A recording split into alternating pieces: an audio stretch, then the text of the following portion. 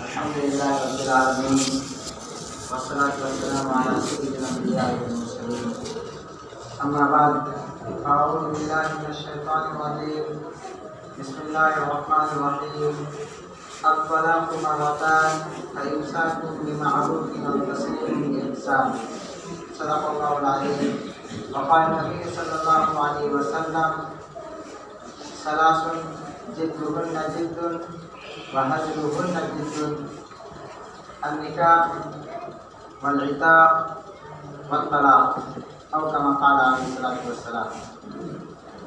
मेरे मोहतरम बुजुर्गों और दोस्तों, अल्लाह तबारक व तआला का बहुत बड़ा शुक्र और एहसान है कि जिस अल्लाह तबारक व तआला ने हम सबको मुसलमान बनाया और लाखों दरूद व सलाम और उस नबी रहमत पर जिनके सदक़े तो खैर में हम सब मुसलमान हैं। जैसा कि आप लोगों को मालूम है कि इस्लाम जो है यह ऐसा मज़हब है जो हमारी हर शोबे में और हर तबके में और हर लिहाज से रहनुमाई फरमाता है। चुनांचे बचपन से लेकर मरने तक आप ज़िंदगी के किसी भी गोशे में देख लीजिए, हर गोशे में आपको मुअल्लिम बनकर समझाता हुआ नजर आएगा। आज जिस मौजू पर मुझे बात करनी है वह तलाक, वो है तलाक। इस तरीके से एक निकाह होता है, इसी तरीके से एक इस्तिलाह और एक लफ्ज़ तलाक भी है। इस दुनिया को बाकी रखने के लिए अल्लाह तबारक व तआला ने निज़ाम बनाया। उस निज़ाम को हम और आप निकाह के नाम से जानते हैं। निकाह क्या है? निकाह की उमूमी तौर से दो हैसियत है।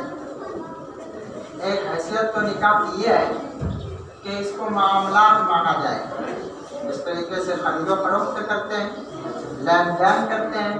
इसी तरीके से एक हैसियत निकाह की है कि ये लेन देन है, मुआहदा है और अक़्द है। दूसरी हैसियत इस निकाह की ये है कि ये इबादत है,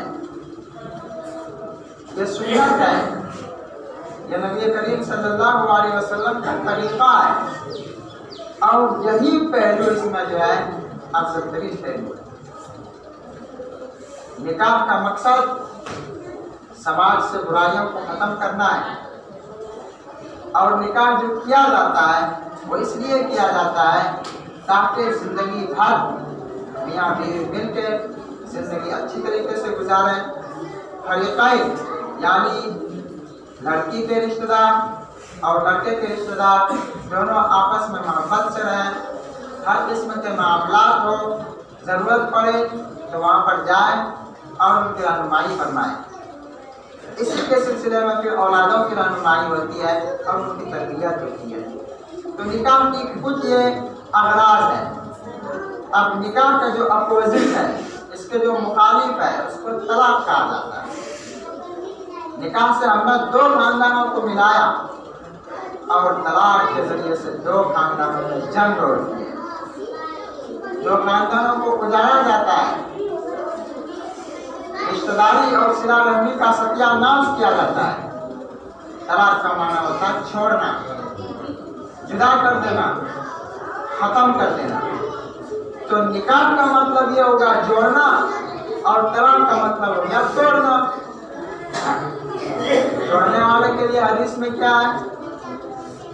जब रिश्तेदारी को पैदा फरमाया तो हदीस में अल्लाह तबारक व तआला ने रिश्तेदारी से पूछा क्या चाहते हो? रिश्तेदारी ने कहा अल्लाह उन लोगों को अपने साथ जोड़िए जो रिश्तेदारी जोड़ते हैं और उन लोगों को तोड़िए जो रिश्तेदारी तोड़ते हैं। तो निकाह करने वाले हो गए जोड़ने वाले और तलाक देने वाले हो गए तोड़ने वाले। आप खुद ही फैसला कर लीजिए कि हमें जोड़ने वाला बनना है या फिर तोड़ने वाला बनना है। अगर जोड़ने वाले बनेंगे तो अल्लाह से जुड़ेंगे, तोड़ने वाले बनेंगे यहाँ भी बीवी से भी टूट जाएंगे, रिश्तेदारों से भी टूट जाएंगे और अल्लाह से भी टूट जाएंगे और वहाँ भी कब्र में भी और हशर में भी तमाम जगह हम सबसे टूटे हुए रहेंगे। तो इरादा ये करना है कि जो भी निकाह करता है या कर चुके हैं, हम जिंदगी में कभी भी तलाक नहीं देंगे। पुख्ता इरादा हो इस बात पर। और इस्लाम का नजरिया और इस्लाम की जो है नुक्ताए नजर इसी बात पर है कि जिंदगी में कभी कोई तलाक ना दे। इसीलिए अबग़ज़ुल हलाल इलल्लाह तआला अत-तलाक, तलाक को अल्लाह तबारक व तआला ने हलाल करार दिया है, लेकिन हलाल में सबसे नापसंदीदा चीज तलाक है, सबसे खराब चीज तलाक है। अब आप कहेंगे जनाब एक तरफ से तो हलाल कर रहे हैं, हलाल का मतलब होता है खाओ पियो मजे लो बरतो इस्तेमाल करो, और दूसरे तरफ से कह रहे हो सबसे पसंदीदा, ये कैसे हो सकता है? हो सकता है, बिल्कुल हो सकता है। क्यों हो सकता है? हलाल इस माने पर के है कि इंसान के मिजाज जो है मुख्तलिफ होते हैं, किसी का गरम किसी का नरम, किसी का सख्त किसी का चिड़चिड़ापन, किसी के दिमाग में कुछ चल रहा होता है किसी के दिमाग में कुछ चल रहा होता है। तो इस लिहाज से अगर दो आदमी या मर्द औरत निकाह के सिलसिले में जुड़ जाए और उसका मिजाज किसी तरीके से भी ना मिलता हो, और तीसरी बात यह कि कोई सूरत भी ना हो जुदा करने की, फिर क्या किया जाए? जैसे कि हम लोग खूब अच्छी तरीके से जानते हैं, शादी होती है और उसके बाद पता चलता है 2 साल हो गए 3 साल हो गए 4 साल हो गए, जो बीवी वो ससुराल आने का नाम भी नहीं लेती है। शादी हो चुकी है, सब कुछ खर्चा पानी जो भोज भात होना था सब कुछ हो गया है, लेकिन बीवी यहाँ आने का नाम नहीं लेती है। क्यों? इसलिए कि उस बीवी को ये पता है कि मुझे वहाँ ये परेशानी है, या मेरा वहाँ दिल नहीं लगेगा, या मेरा उनके साथ जीना महाल है, इसलिए मैं वहाँ नहीं जाऊँगी, यहीं रहूँगी, यहीं से भेजूंगी, मेरे लिए तलाक लेके आ जाओ। अगर तलाक का मसला नहीं रहता तो कहाँ भेजते? फिर तो उधर भेजते जेल में। तो तलाक अल्लाह तबारक व तआला की एक रहमत भी है, इसी को हम अगर इस्तेमाल करके सहमत बना दें तो वह हमारे हाथों के कसूर है और हमारे हाथों की कमाई है। रहमत इस माना में है कि बसा औकात इंसान का मिजाज नहीं मिलता है, रहमत इस माना में है बसा औकात इंसान को ऐसी बीमारी लायक हो जाती है जो फैलती है और बीवी खुद चाहती है कि मैं इससे अलग हो जाऊं। बसा औकात ऐसा होता है आदमी अलग रहना चाहता है, तो अगर तलाक नहीं रहेगी तो ऐसा कैसे आप जुदा कर सकेंगे उसको? कहना का मतलब यह है कि तलाक रहमत भी है और जहमत भी है। जहमत इस माना में है, मुसीबत इस माना में है कि शादी करना हम जानते हैं, तलाक देना हम नहीं जानते। शादी करना जानते हैं ना, सब जानते हैं। कोई पढ़ रहा था वो इस तरह में शादी करवाते हैं, तो कोई पढ़ रहा था कबूल किया, हाँ कबूल किया, तो एक ने कह दिया कबूल तू, अरबी में बोलने का शब्द था उसको, तो कबूल तू मैंने कबूल किया, जैसे उर्दू में बोलते हैं कबूल, अब कबूल तू अरबी में कह दिया कबूल तू, असली लफ्ज़ क्या है? कबूल तू, मैंने कबूल किया, उसने सोचा कबूल तो को कबूल तो बना दो, उसका माना बहुत खराब हो जाता है। तो शादी करना तो सबको आता है, किस तरीके से किया जाता है, क्या क्या होता है, तमाम बातें मालूम है, लेकिन तलाक देने की बारी आती है तो हम तो ऐसे तलाक देते जा एक ही मरतबा में तीनों ठोक दिया, चली जाए यहाँ से। तो मेरे दोस्तों और भाइयों, कहने का मतलब ये है कि हर वो नौजवान जो शादी करना चाहता है तो उनको शादी के मसाइल से भी वाकिफ होना चाहिए और तलाक के भी मसाइल से वाकिफ होना चाहिए। अगर तलाक के मसाइल से वाकिफ नहीं होता है तो बसा औकात पूरी जिंदगी हराम की हालत में गुजारता है, उनकी नस्ल भी हराम से चलती है। क्यों? इसलिए कि तलाक हो चुकी है और जो है जनाब रह रहे मिलके मजे से, हम तो बिल्कुल हलाल है, बिल्कुल जायज़ है। जिस तरीके से आप लफ्ज़े निकाह के जरिए से, लफ्ज़े कबिलतू के जरिए से निकाह में दाखिल होते हो, इसी तरीके से लफ्ज़े तलाक के जरिए से आप निकाह से निकल जाते हो। जिस तरीके से पहले हराम था उसी तरीके से तलाक के जरिए से अब हराम हो गई है। उसका मिलना, उसका देखना, उसकी आवाज़ तक सुनना हराम है। और आप लोगों को मालूम है कि अपने इलाके में, बल्कि अपने गाँव में, घर में आस्तीन के नीचे, इस आस्तीन के नीचे भी ऐसे लोग मौजूद हैं जो सालों साल तलाक होने के बावजूद, गलत निकाह होने के बावजूद भी समाज में मौजूद है और हम उसको उफ तक नहीं कह सकते। कहेंगे तो बस डंडा मिल जाएगा। कौन अपना सर खुलवाना चाहता है? और उस मामले में वो बहुत बड़ा आलिम होता है। तलाक हो चुकी है, सबको मालूम है, सब कुछ जानता है, लेकिन फिर भी रखेंगे। क्यों?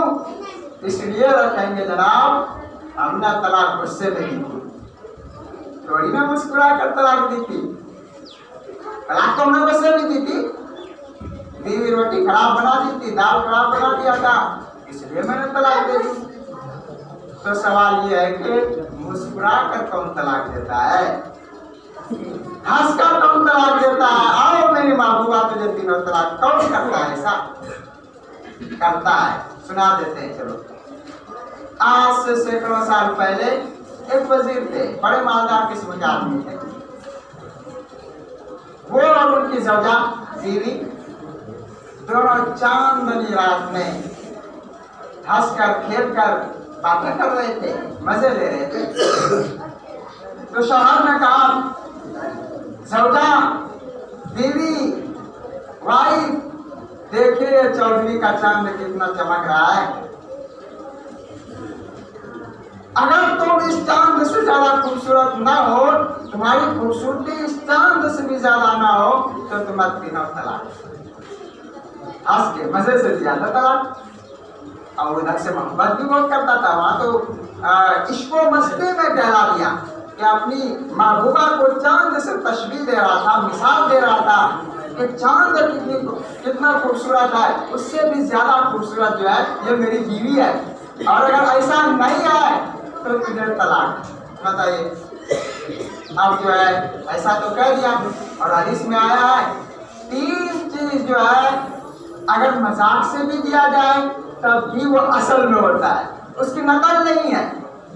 3 चीजों की असल ही असल है, उसकी डुप्लीकेट मार्केट में नहीं है, बाजार में नहीं है। उनमें से लिखा, अगर कोई हंसते खेलते दो गवाहों के सामने लड़की की इजाजत से कहा कबूल है, हाँ कबूल है, तो निकाह हो गया। अब बहुत ध्यान से काम करना है भाई, तो निकाह भी हंसते खेलते हो जाता है। इसी तरीके से तलाक भी हंसते खेलते हो जाएगी। दुआ भी यही हुआ, तलाक उसने हंसते खेलते दे दिया। अब क्या? अब मोहब्बत भी बहुत करता था अपनी बीवी से, कहने लगा हम बोल तो दिया है लेकिन अब गड़बड़ हो गया, तलाक हो गई है। कहा ठीक है, होने दीजिए, तो पहले कुछ मौलाना से मिल लेते हैं। तो उस जमाने के जितने भी बड़े बड़े आलिम थे, तमाम के पास गए कि इस तरीके से मसला है, तलाक हो गई क्या? तो हम जैसे मौलाना बहुत सारे थे, कहा तलाक तो हो गई, इसमें क्या शक है, तलाक हो गई। चांद कहाँ और ये तुम्हारी बीवी कहाँ, क्या इसमें तफावत है? कुछ भी मुमासलत नहीं है, वो बहुत खूबसूरत है, ये बिल्कुल मिट्टी की बनी हुई है। तलाक हो गई। घर से तमाम तरफ से जो है तलाक की जो है अथवा आने लगा और मायूस बैठा। उस जमाने में एक और आलिम थे, उनके पास गए, कहा चल सब जगह के दाल और पानी पी लिए, अब इनके पास भी जाते हैं, देखकर क्या कुछ कर देते हैं।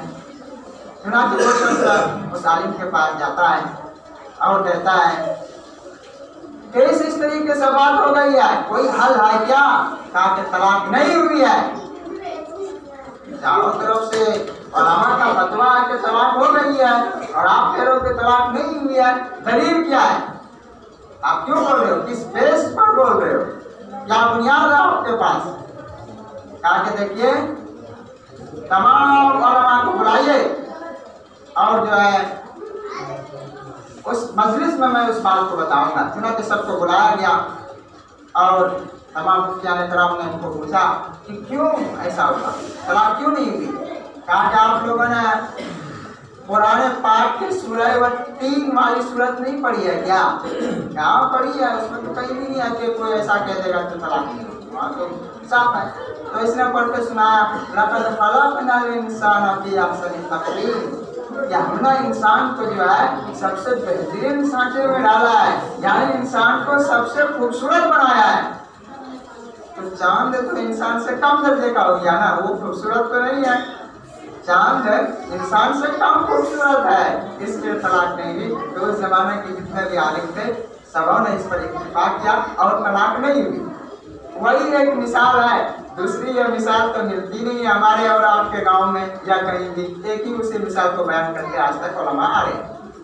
तो कहने का मतलब यह है, जो भी तलाक देता है वो गुस्से में ही देता है, वो किसी शैतानी वसवसे या कोई और वजह होती है, लेकिन उसका असल मकसद यही होता है और असल वजह यही बनती है तो गुस्से में तलाक देता है। इसीलिए उलमा ने फतवा लिखा है कि अगर हालत नशा में कोई तलाक देता है तो वो भी तलाक हो जाएगी, हालांकि तो उस वक्त उसका दिमाग काम करना ही नहीं कर रहा होता है। क्यों हो जाएगी? इसलिए हो जाएगी कि तो बोतल चढ़ाना ही हराम है। बोतल चढ़ाना क्या है? हराम है।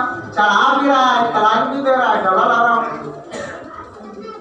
कहने का मतलब यह है मेरे दोस्तों और भाइयों, मेरे बुजुर्गों, कुछ बातें मैंने तलाक की बताई है, इंशाअल्लाह और बातें बताऊंगा। लेकिन तलाक को जो है इसको पढ़िए, इसको सुनिए, इसको समझिए, उसके बाद जो है इस्लाम का नजरिया देखेंगे, इस्लाम की आपकी हक्कानियत आपके दिलों में आएगी कि किस तरीके से इस्लाम ने तलाक देने के लिए कहा है अगर जरूरत पड़े, अगर जरूरत पड़े। अल्लाह तबारक व तआला से दुआ है कि अल्लाह तबारक व तआला हम सबको कहना सुनने से ज़्यादा अमल करने की तौफीक अता फरमाए।